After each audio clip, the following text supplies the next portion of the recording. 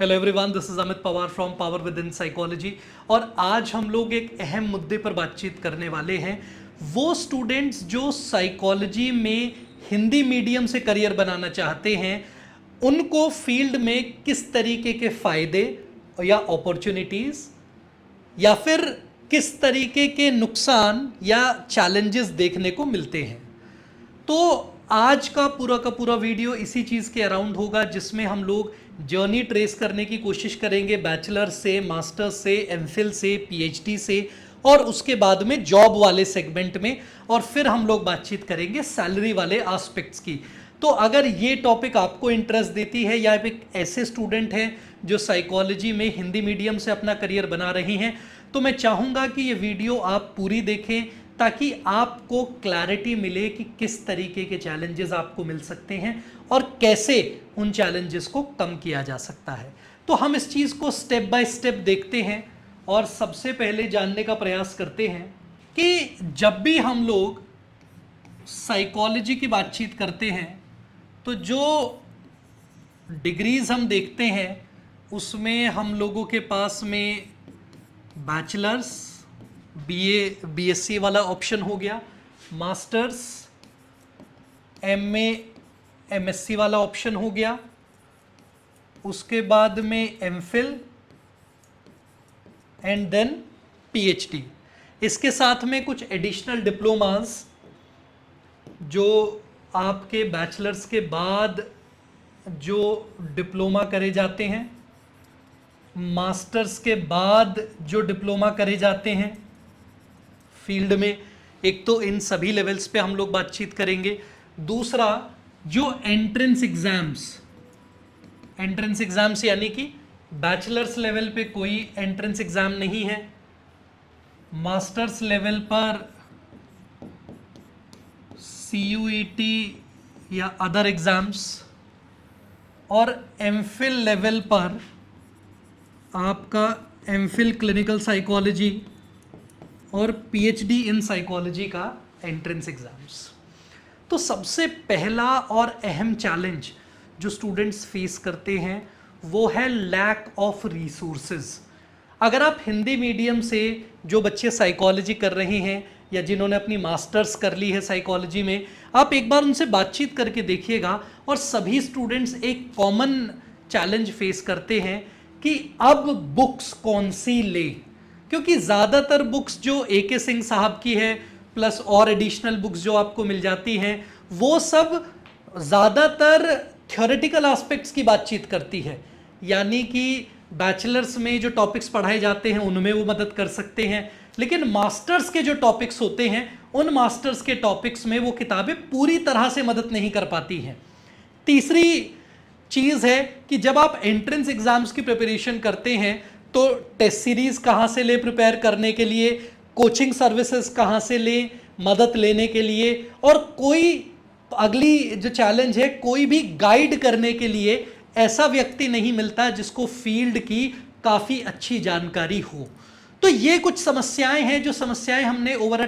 Period of time map करी हैं students की, जिसमें सबसे पहली चीज़, ज़्यादातर बच्चे बैचलर्स में साइकोलॉजी हिंदी लेना चूज करते हैं, लेकिन वो ये नहीं समझ पाते या कोई उन्हें ये चीज़ गाइड नहीं कर पाता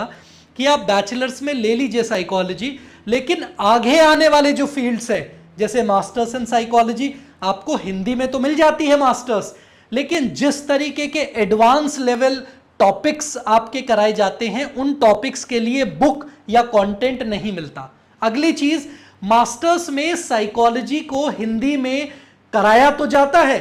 लेकिन उन यूनिवर्सिटीज में भी ज्यादातर टीचर्स इंग्लिश में ही कवर कराते हैं। बोलते बेशक हिंदी में हो, लेकिन जो कंटेंट वो देते हैं, जो पीपीटीज वो कराते हैं, जो असाइनमेंट्स वो लेते हैं, ये सारी की सारी चीजें आपकी इंग्लिश में होती है। बस आप एग्जाम हिंदी में दे सकते हैं, जो कि अपने आप में जिसकी महत्वता कम हो जाती है, क्योंकि आपके पास राइट गाइडेंस नहीं मिल पा रहा है, राइट रिसोर्सेज नहीं मिल पा रहे हैं। तो ऐसे में सिर्फ एग्जाम में हिंदी में लिख के आना समाधान नहीं बन पाता, जिस वजह से काफी सारे बच्चे जो हिंदी में साइकोलॉजी का करियर परस्यू कर रहे हैं वो स्किल्स में थोड़े से पीछे हो जाते हैं। वो स्किल्स में स्पेस ज़्यादातर वो बच्चे मार जाते हैं जो इंग्लिश मीडियम से होते हैं, रिसोर्सेज भी इंग्लिश मीडियम के हैं, उनको सबमिशंस भी इंग्लिश मीडियम में करने हैं और वो एग्जाम्स भी इंग्लिश मीडियम में देते हैं। तो एक बहुत बड़ा चैलेंज यहां पे देखने को मिलता है कि जब हिंदी मीडियम का ऑप्शन यूनिवर्सिटीज दे रही हैं तो क्या ये यूनिवर्सिटीज की जिम्मेदारी नहीं होती, क्या उन डिपार्टमेंट्स की जिम्मेदारी नहीं होती कि हिंदी मीडियम में बच्चों को बेस्ट रिसोर्सेज भी ऑफर करें? हाँ, मान लिया फील्ड में रिसोर्सेज की कमी है हिंदी मीडियम में, लेकिन जो रिसोर्सेज इंग्लिश में अच्छे अवेलेबल हैं क्या उनको ट्रांसलेट नहीं कराया जा सकता यूनिवर्सिटी या डिपार्टमेंट द्वारा? लेकिन ये कंसर्न सामने नहीं आते क्योंकि ज्यादातर हिंदी मीडियम के बच्चे बहुत सारी चीजें एक्सेप्ट कर लेते हैं। कुछ उनकी खुद की कमियां होती हैं कि बैचलर्स में स्किल नहीं मिली, उसके बाद में मास्टर्स में आ गए, फील्ड की जानकारी नहीं है। इन कमियों की वजह से वो कभी सवाल नहीं उठा पाते कि आप हमें हिंदी में रिसोर्सेज क्यों ऑफर नहीं कर रहे, जबकि डिग्री प्रोग्राम्स आप हिंदी में करा रही हैं या आप ऑप्शन दे रही हैं हिंदी में कराने का। अगली समस्या, अहम समस्या जो मुझे लगती है, मैं कुछ टाइम पहले एक मास्टर्स के बैच का जो है मैं इन्विजिलेशन कर रहा था एग्ज़ाम्स का, और मैंने देखा कि काफ़ी सारे बच्चों ने मास्टर्स में क्लिनिकल साइकोलॉजी की स्पेशलाइजेशन ली हुई थी और वो सभी हिंदी में पेपर लिख रहे थे। तो मैंने स्वाभाविक तौर पे उनसे पूछा कि मैंने कहा भैया आप क्लिनिकल साइकोलॉजी में हिंदी में क्यों पेपर लिख रहे हैं? तो उन्होंने कहा कि सर हिंदी मीडियम है हमारा और हमें मतलब यूनिवर्सिटी में इंग्लिश और हिंदी दोनों मीडियम्स में आप पेपर्स दे सकते हैं। फिर मैंने उनसे कहा कि क्या आपको पता है कि इसके बाद अगर आप एमफिल करना चाहते हो तो हिंदी मीडियम एक बहुत बड़ा चैलेंज बनेगा आपके लिए, क्योंकि जो रिसोर्सेज हैं, जो इंफॉर्मेशन है, जो एग्जाम का मीडियम है, जो टीचिंग का मीडियम है, वो सब इंग्लिश है। तो एमफिल इन क्लिनिकल साइकोलॉजी में आप सभी इंस्टीट्यूट्स में चले जाइए तो आपको ज्यादातर सभी के अंदर इंग्लिश में ही पढ़ाया जाता है, फैकल्टीज हिंदी में नहीं पढ़ाते हैं। जो टॉपिक्स आपको कंटेंट, बुक्स, ये सारी चीजें मिलती है वो कंप्लीटली इंग्लिश होती है। जो गाइडेंस वो लोग ऑफर करते हैं उसमें भी कंप्लीटली इंग्लिश होता है। इसीलिए आप देखेंगे काफी सारे इंस्टीट्यूशंस में हिंदी के बैकग्राउंड वाले बच्चों का कम सिलेक्शन होता है एमफिल इन क्लिनिकल साइकोलॉजी में। पहला चैलेंज एंट्रेंस एग्जाम जो कि इंग्लिश में होता है और बच्चे हिंदी में अपना मास्टर्स करते हैं। दूसरा इंटरव्यू जिसके अंदर बच्चे क्वेश्चंस इंग्लिश में पूछे जाते हैं, बच्चे हिंदी में जवाब देते हैं, जिस वजह से फैकल्टीज को भी पता है कि ये चीज आगे बच्चे के लिए चैलेंजिंग बनेगी क्योंकि उनके पास फैकल्टी सब इंग्लिश स्पोकन है या कंटेंट सारा इंग्लिश में है। तो ऐसे में जैसे ही आप मास्टर्स से किसी भी तरीके से एमफिल की तरफ जाते हैं तो इंग्लिश का ना होना या इंग्लिश में अब तक ना पढ़ाई होना एक बहुत बड़ा चैलेंज बन जाता है। तीसरा पीएचडी।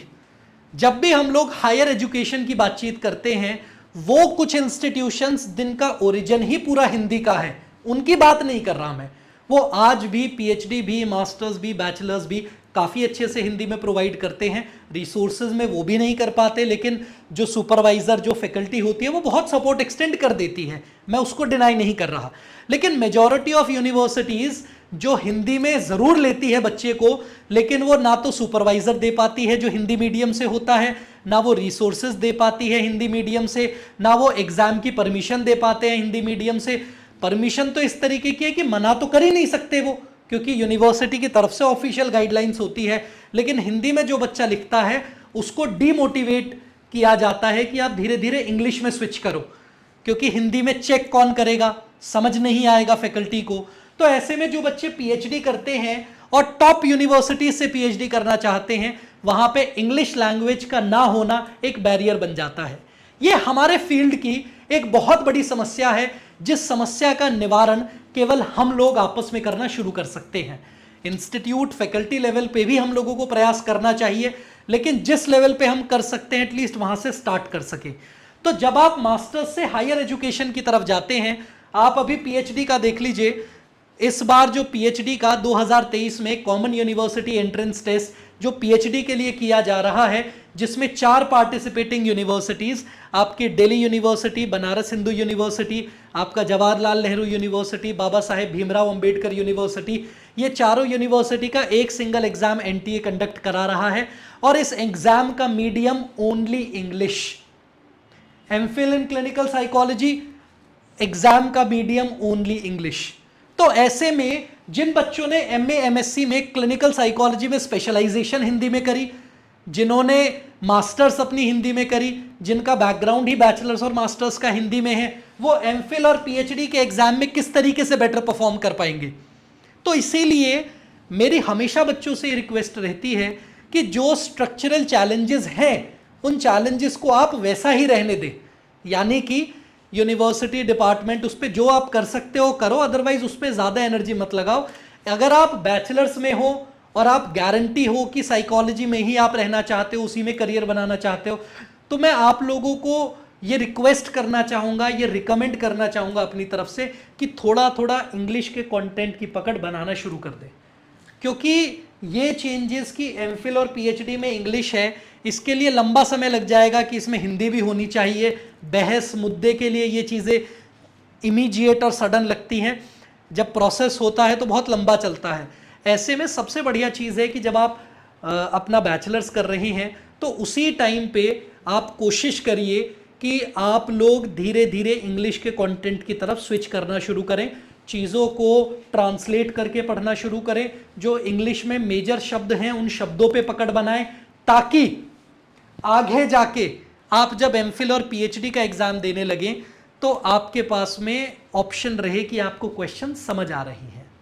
ये इन चीज़ों के लिए है। लेकिन जो बच्चे आगे जाके प्रोफेसरशिप करना चाहते हैं, टीचर असिस्टेंट प्रोफेसर बनना चाहते हैं, ऐसे केस में आपको ज़्यादातर उन यूनिवर्सिटीज़ का चुनाव करना होगा, क्योंकि नेट जेआरएफ तो आप इंग्लिश हिंदी दोनों में दे सकते हैं। तो ऐसे केस में वो यूनिवर्सिटीज़ आपको ज़्यादा टारगेट करनी पड़ेगी जो लोकली आपके एरिया की है, या वो यूनिवर्सिटीज़ जिनका ओरिजिन हिंदी का है, जहाँ पे सिलेबस कंटेंट सब हिंदी में पढ़ाया जाता है।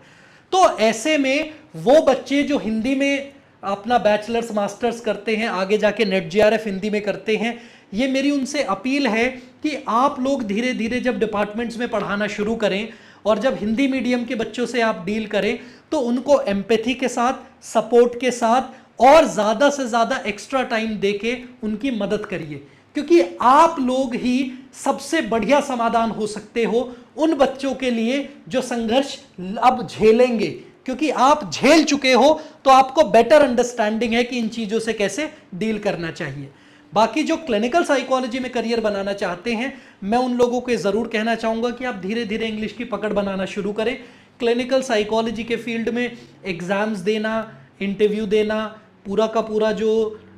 यूनिवर्सिटी या कॉलेज या हॉस्पिटल की जो गाइडलाइंस हैं या जिस तरीके से पूरा करिकुलम चलता है, उसमें एकदम से इंग्लिश जब आएगी आपकी तो वो बहुत चैलेंज क्रिएट करेगी। तो अभी से ही उसकी थोड़ी तैयारी करी जाए। तो ये एक शॉर्ट वीडियो सिर्फ इसी चीज़ के लिए था कि हम भी थोड़े से अवेयर हो जाएं और ये जो चैलेंजेस हम लोग फेस कर रहे हैं, ये चैलेंजेस हम लोग मिलके थोड़े थोड़े कम कर सकें। सो आज के लिए इतना ही। बाकी जब आप लोगों का थोड़ा सा रिस्पॉन्स इस वीडियो पे मिलेगा, थोड़ा सा अंदाज़ा हम लोगों को लगेगा कि भाई आप लोगों के और क्या क्या चैलेंजेस हैं, तो फिर उस पर हम लोग और डिटेल में इस इशू को आगे बढ़ाते हुए बातचीत करेंगे। So thank you so much everyone, और फिर आप लोगों से अगली वीडियो में मुलाकात होती है। Thank you.